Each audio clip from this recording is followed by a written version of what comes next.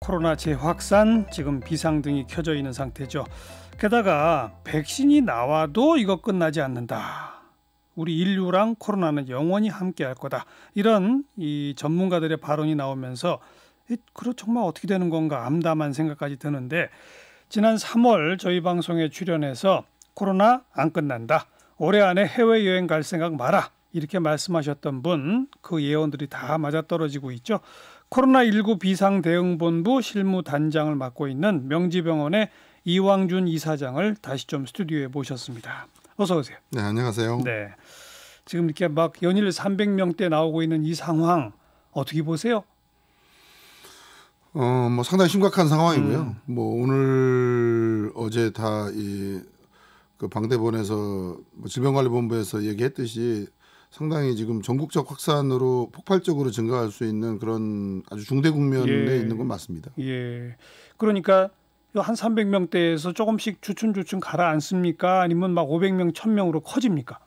제가 볼 때는 당분간은 더 줄어들 확률은 적다고 보고요. 이게 이제 제대로 관리가 좀 덜 되거나 하면은 뭐 1000명대까지도 충분히 늘어날 수 있는 이번에도 그런 가능성이 좀 크다고 보여집니다. 네. 뭐 이번 주말이 굉장히 중요한 고비이고, 따라서 지금 정부에서도 2단계에서 좀 격상된 3단계로 갈 수도 있고, 제가 볼 때는 한 2.5단계 정도의 어떤 중간적인 통제가 필요할 수도 있다고 생각을 합니다. 좀 큰 흐름으로 보면 이제 우리나라만 놓고 보면 초반에 이제 그 대구 사태 한번 있었지 않습니까? 좀 진정되다가 이태원 뭐 그게 5월이었나요? 5월이죠. 5월 초에. 근데 이번에 이제 3차 파도 아니에요, 사실? 그렇죠. 3차 파도가 좀 된 거고요. 저는 뭐 사람들한테 약간 좀 이렇게 은유적으로 이 코로나 오페라가 이게 한 5막짜리 오페라인데, 5막. 오페라의 제일 큰 그랑 오페라가 이게 5막이거든요. 맨 뒤로 갈수록 세지죠. 뭐 그러기도 하고, 이제 이게 5막이 되면 이제 내년까지 봤을 때 이제 그 3막이 제일 지루하면서 깁니다. 프랑스 오페라는. 근데 어찌 보면 저희가 이제 1월 20일 날 처음 우한에서 환자가 이제 온 다음에 2월 말까지 한 달 정도가 1막이었다면 이제 3월 들어서면서부터 이제 신천지에서 시작한 그 대구 경북에 이제 큰 한 2달 정도의 파고가 이제 2막이었고, 오히려 이제 이태원발로부터 시작해서 이번에 이제 8월 초까지가 3막 일장이고요. 오히려 지금 이제 8월 15일부터 시작해서 앞으로 한 3, 4개월 한 11월, 10월, 11월까지 이제 가을, 겨울에 이제 또 큰 파고를 우리가 예상하고 있는 거기까지가 말 그대로 이제 지역 사회의 감염 전파의 어떤 좀 지루한 3막의 큰 대목이다, 이렇게 보려고 생각합니다. 그러니까 저희는 이번 8.15 이후에 지금 확 늘어난 거가 뭐 광화문 집회나 여러 가지 그 나쁜 계기가 있었지만, 이거 자체가 그 사전적인 어떤 원인이나 그 이미 7월 말부터 이미 지역 사회에 지금 깜깜이 전파를 비롯해서 이제 누적된 대목들이 이제 가는 와중에 이제 그렇게 기름을 부은 듯한 그런 상황으로 지금 더 폭발됐다고 보는 거죠. 그럼 지금 말씀하신 3막이라는 게 이태원부터 시작이에요? 네, 저는 이태원부터 시작하는. 그래서 올 한 11월까지 간다고요? 네, 이게 3막이 좀 길게 가는 거고요. 오히려 이제 11월 되면서부터 이제 오히려 4막이 클라이맥스가 될 것 같은데, 이제 그때부터 더 큰 좀 우리가 계속 얘기했던 이제 겨울철의 대유행의 어떤 그런 과정들이 뭐 인플루엔자랑 같이 겹치든지 뭐 이런 이제 과정을 통해서 내년 봄까지 또 한 번 더 큰 위기가 올 수도 있다, 이런 생각을 하고 있습니다. 왜냐하면 사실 이게 7월 초에 이미 지금 이제 어떤 큰 흐름을 보려고 그러면은 그 유럽연합 CDC에서 계속 올리고 있는 그 데이터 중에 그 10만 명당 몇 명이 이제 발생하느냐를 로그 곡선으로 해서 각 나라를 비교한, 전 세계를 비교한 이제 그 그래프가 이제 계속 업데이트되고 있는데, 우리가 이제 절대 숫자로 하면은 뭐 미국이나 인구가 많은 나라들은 숫자가 막 늘어나기 때문에 좀 착시 현상이 있습니다. 근데 이걸 이제 10만 명 단위로, 인구가 작은 나라건 뭐 큰 나라건 10만 명 단위로 해서 일주일 단위로 이걸 이제 보게 되면 그 어떤 흐름을 볼 수가 있죠. 그래서 이미 지금 7월 초부터 뭐 프랑스를 비롯해서 뭐 스페인, 이태리처럼 한번 이제 피크를 찍었다가 떨어졌던 나라들도 지금 다시 올라가고 올라가죠. 있고 예. 호주처럼 초반에 거의 발생하지 않는 나라들도 지금 올라가고 있고 일본도 마찬가지로 맞아요. 7월부터 올라갔고 홍콩 네. 같은 데도 다 올라갔습니다. 맞아요. 그래서 이 곡선의 이제 흐름들을 봤을 때 이제 우리나라도 이제 이 곡선을 타지 않을 수 없을 거다라는 예측을 어느 정도 했었고 그게 이제 7월 말부터 누적되면서 네. 이제 8.15를 통해서 터지는 이런 양상을 가지고 있다 이렇게 네. 보여집니다. 중국은 거짓말하는 거죠? 지금 계속 국내 제로라는 거 아니에요? 글쎄요, 하여튼 뭐 중국이 그렇게 되고 있다는 거는 거꾸로 얘기하면 굉장히 억압적으로 상황을 통제하거나 아니면 아주 비정상적인 사회 운영이 되고 있다는 걸 거꾸로 보여주고 있다고 생각이 아무튼 되고요. 좋습니다. 뭐 이왕준 이사장 지난 3월에 오셔서도 이거는 오래 간다, 끝나지 않는다, 여러 번 파고가 있을 거다. 지금 이제 그런 파고의 하나가 또 지금 오고 있는 거 아니겠습니까? 그럼 좀 긴 호흡으로 봤을 때 그나마 그래도 백신이 나오면 좀 일상으로 돌아갈 수 있을 거야. 이런 얘기들 우리가 하면서 서로 좀 의지해 왔어요. 그런데 바로 어제 이 중앙임상위원회의 오명돈 위원장이 백신 우선 나오기가 힘들다. 백신 나와도 마스크보다도 효과가 적을 것이다. 이런 얘기는 뭡니까? 그럼 백신 나와봐야 아무 소용없다는 얘기입니까? 뭐 제가 볼 때 우리 오명돈 교수님이 좀 그런 대목을 좀 강하게 얘기하신 측면은 네. 뭐 일단 그 백신에 대한 효용성에 대한 의학적인 문제를 에 대한 이제 언급도 계시겠지만 예. 너무 백신에 대한 이제 과도한 기대 또는 그거보다도 최근에 하여튼 뭐 미국이나 또 중국, 러시아 등에서 굉장히 백신을 갖고 정치적인 레토릭으로 굉장히 백신에 대한 좀 그 근거 없는 장밋빛 환상이나 정치적인 그 기대 심리를 부추기고 있는 대목들에 대한 또 다른 어떤 반전이고 오히려 저 오명돈 교수님의 얘기를 확대하면 장기전에 근거한 전략을 다시 구축하는 게 중요한 거지. 어떤 뭐 이 백신 개발에 의해서 그 단기간에 하루아침에 끝내고 종식이 될 거다 이렇게 되지 않는다. 그리고 심지어 근데 잠깐만요. 우리가 뭐 패스트다, 뭐 천연두다 이런 것들은 백신 나오면서 종식됐잖아요. 아니 패스트는 지금도 존재하고 있고요. 그러니까 이제까지 어떤 그러나 대유행은 없잖아요. 지금은 이제 전체 감염병의 그 흐름에 이제 역학관계가 이제 바뀐 거고요. 그렇기 때문에 이제 저희가 처음 할 때 사스나 또는 메르스에 비해서 요 코로나 바이러스는 완전히 다른 같은 코로나 바이러스지만 이번 코비드 19는 다른 양상의 지금 그 문명사적인 전염병이 되고 이게 팬데믹으로 가는 과정이기 때문에 그 기본적인 양상이 다르다. 최소 2년을 봐야 되고 2년 후에도 완전히 이번 코로나 바이러스가 완전히 사라진다고 볼 수는 없다고 봐야 될 수도 있죠. 그래서 백신이 그만큼 만들기 어려워요, 우선?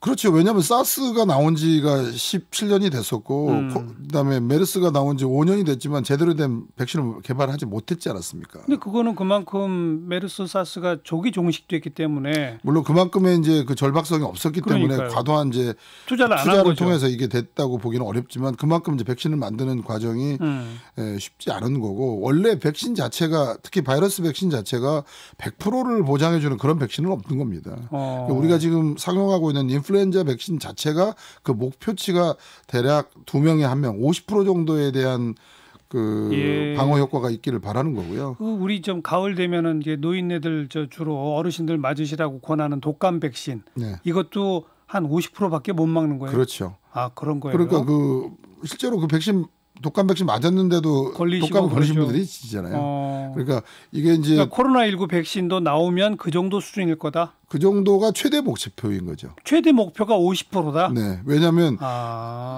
심지어 이게 지금 그렇게 단기간에 개발된 백신이기 때문에 지금 확인할 수 없는 너무 많은 불확실성을 가지고 있는 거고요.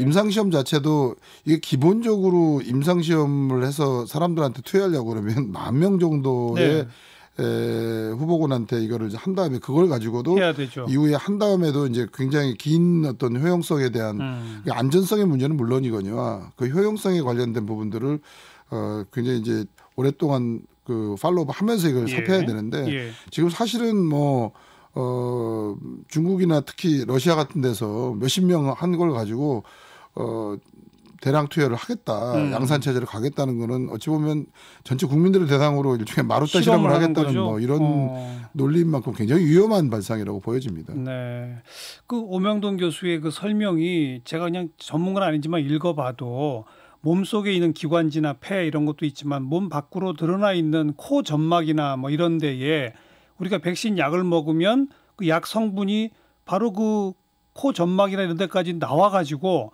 외부 바이러스가 들어오는 걸 거기서 탁 차단해 줘야 되는데 그건 불가능하다면서요? 그러니까 이제 저희가 백신이라고 이제 하는 거는 뭐냐면 우리 몸에 이제 항체가 생기는 거잖아요. 네. 그러면은 그게 뭐 이제 생바이러스를 좀 약하게 해서 주든지 아니면 뭐 DNA나 RNA나 네. 또는 뭐 일단 펩타이드나 또는 뭐 이런 단백질 어떤 거를 이용해서라도 이제 이 바이러스의 특징적인 그 항원을 만들어내는 거죠. 이뮤노젠이 될 수 있는 그 항원성을 자극해서 항체를 만들어낼 수 있는 그렇죠. 거를 이제 우리 몸속에 집어넣는 겁니다. 그러면 이제 그거에 대해서 특정한 어떤 그 내용을 감작한 우리 항체가 몸속에 생겨서 피 속을 돌아다니는 거죠. 그렇죠. 그러니까 피 속을 돌아다녀야 되는데 이 호흡기 질환이라는 거 호흡기 바이러스는 통해서 이게 호흡기 점막에 붙었다가 그게 이제 세포로 들어와서 그게 피 속에서 돌아야 이제 이게 항체가 가서 작용을 하는 건데 그 항체가 가서 작용을 해서 이 바이러스랑 결합이 됐다고 그래서 그 바이러스를 다 죽이는 건 또 아니거든요. 그래서 우리가 설령 이제 이 백신이 돼서 이 항체가 형성됐는가를 이렇게 테스트를 해봤을 때 항체가 형성이 됐다고 그래서 그게 다 바이러스를 죽이고 바이러스가 세포에 들어오지 못하게 막는 그런 이제 중화항체적인 역할을 하는 건 아니라는 거예요. 그래서 이제 이게 가서 바이러스랑 결합을 하는 결합항체가 생겼다고 그래서 또 그게 바이러스를 완전히 죽이거나 바이러스를 막는 그런 수비수 역할을 하는 것도 아니고 설명이 길어지니까 더 어려워지고 그렇죠. 복잡해지는데 어쨌든 간에 항체가 형성이 됐다고 해서 그 항체가 전부 다 방어 기능을 갖고 있는 항체가 또 아닌 거고. 아니다. 그러니까 목표치가 그냥 50% 정도인 거다. 그렇죠. 뭐 지금 최대치에 원래 지금 만들 수 있는 효율성이 그 정도이고요. 그래서 또 이게 한 번 맞아서도 안 되면 두 번 맞을 수도 있다, 세 번 맞을 수도 있다. 심지어 매년 맞아야 될지도 모른다, 뭐 이런. 그렇습니다. 그래서 또 이제 이 변이가 일어나면 그 전에 형성됐던 항체가 그 다음에 들어오는 바이러스에 대해서 그만큼의 방어력을 가질 수 없다고 보여질 수 있는 거기 때문에. 그러니까 최악의 경우 매년 맞아야 될지도 모르는데도 그렇게 맞아봤자 적중률은 50% 이하일 것이다. 네. 그러다 보니까 마스크보다 좋은 백신은 어렵다, 이 말이 맞는 거예요. 그럼 이제 충분히 사회학적인 의미로는 맞는 표현이죠. 그럼 단도직입적인 질문이에요. 지금 이 순간부터 모든 인류는 평생을 마스크 끼고 살아야 됩니까? 이제 뭐 그게 어느 정도 과정까지는 마스크를 써야 될 거라고 봅니다. 저는 이제 꽤 오랜 기간 동안은 그리고 꽤 오랜 기간이 뭐 적어도 제가 볼 땐 내년 말에서 내후년까지는 가야 된다고 보고요. 그다음에 또 이제 이게 특정한 좀 리스크가 있을 수 있는 그런 공간에서는 마스크가 상용화되는 이런 기간들이 꽤 오래 갈 거라고 봅니다. 그 얘기는 국가 간 이동, 해외여행 지금 못 하잖아요, 거의. 네. 그게 내년 말 내후년까지는 지속된다. 이제 내년 정도 되면은 어느 정도 이제 이게 그 각 나라 간의 어떤 스탠다드가 만들어지고 그거를 서로 이렇게 용인하거나 또는 통제할 수 있는 그런 기전이 만들어질 거라고 보여집니다. 뭐 제일 대표적으로 제가 말씀드리는 게 이제 헬스 비자 같은 제도가 만들어지는 거죠. 그게 뭐죠? 지금도 지금 해외에 지금 나갈 때 보통 출국 전 48시간 내지 72시간 전에 그 PCR 검사에서 음성이 나왔다는 그 증명서를 소지하지 않으면 아예 입국이 되질 않습니다. 그리고 또 그 과정에서도 헬스 지금은 비자 그래서 이제 일종의 이제 바이러스에 관련되거나 또는 이제 그런 행정적인 비자가 아니고 헬스 비자가 보편화되는 과정이 될 거고요. 그런 룰들이 이제 각 나라끼리 이제 어느 정도 협정을 통해서 만들어지게 되면 뭐 무조건 뭐 자가격리 2주가 아니고 뭐 적절한 그 과정들에 대한 스탠다드가 만들어지면서 좀 불편은 하겠지만 아예 이렇게까지 봉쇄가 되거나 하지만 불가능한 이런 세계 각국의 확진자 발생 숫자가 완전히 좀 뚝 떨어지고 진정되어야 그나마 사람들이 안심하고 다닐 거 아니에요. 그러니까 이제 그런 심리적인 문제와 그런 국가 간의 어떤 외교적인 그 과정들이 같이 이제 결합이 되면서 내년이 되면 금년보다는 좋아지겠지만 내년이 되라고 해도 근데 정말 좋아질까요? 좀 개선이 더 된다고 생각해요. 왜냐하면 지금도 많은 분들이 이제 업무상 옛날에 예. 아예 업무상으로도 못 나가거든요. 그런데 예. 지금 이제 업무상으로도 꽤 많은 분들이 나가고 있고요. 뭐 저희 병원만 해도 어제 월요일 그제 월요일 화요일 같은 경우 하루에 100명 정도 이 해외 출국을 위해서 예. 그 검사 받으러 와요. 검사 받으러 오는 분이 한 100여 분 정도 되는 거 알겠습니다. 보니까요. 그러면 백신은 뭐 최대 목표치가 50%라고 하면 우리 왜 저 신종플루 때 타미플루란 약이 치료 효과가 대단히 높아서 그냥 그걸로 끝났다 우리 그랬잖아요. 네, 그때 이제 항바이러스제가 있었죠. 그런 급의 약은 안 나와요? 치료제?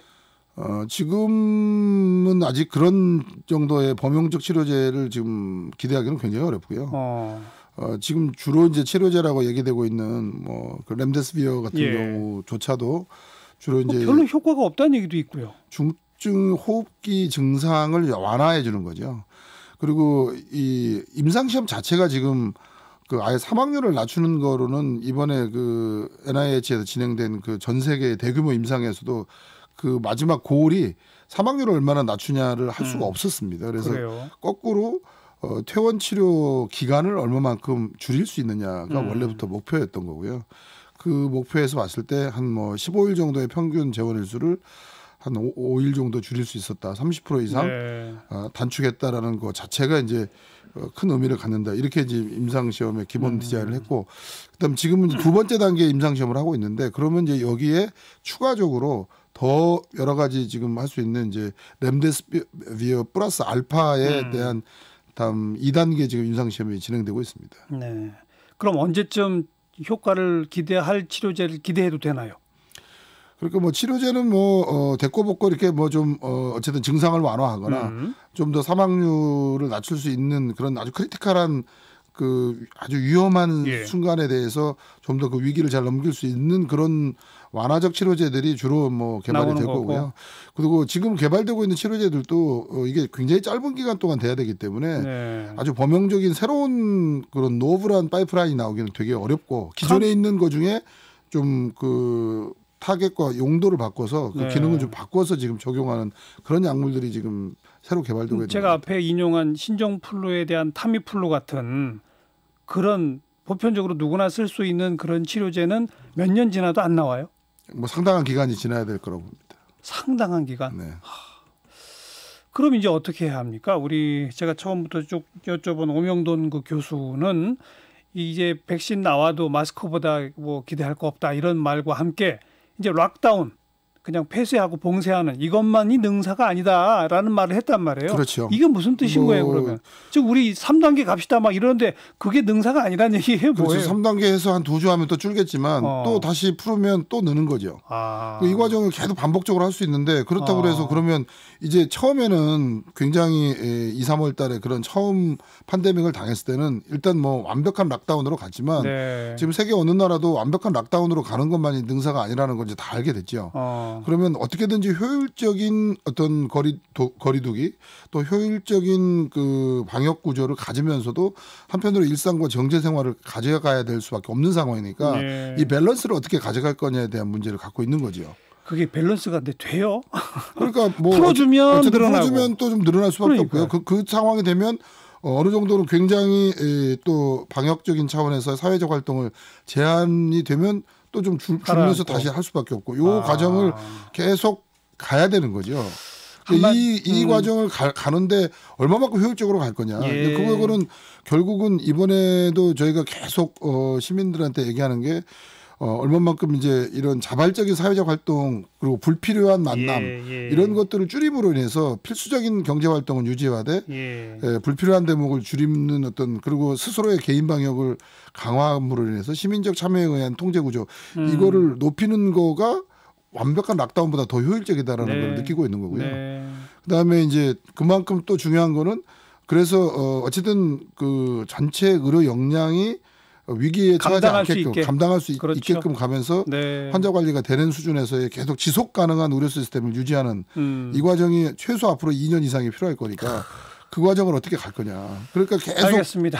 그거에 대한 교훈을 얻어야 된다고 봅니다. 근데 정부와 의료계는 전략적으로 경제와 방역의 균형을 맞추는 그런 정책을 펴나가는 것이고, 국민들은 또 그 흐름에 맞춰서 새로운 일상, 새로운 뉴노멀, 거기에 적응해 나가는 수밖에 없네요. 네. 최소 2년. 네. 내년 말까지는 가야 된다고 생각합니다. 지금 뭐 오페라는 이제 3막 2장에 이제 더 접어드는 거니까요. 5막까지 꼭 봐야 돼요. 5막까지 아마 저는 갈 거라고 봅니다. 안 보면 안 되나요? 5막까지 성공적으로 잘 끝내면 오히려 이제 새로운 또 포스트 코로나의 시대가 열릴 거라고 보여집니다. 단단히 각오를 해야죠. 명지병원 이왕준 이사장 고맙습니다. 네, 감사합니다.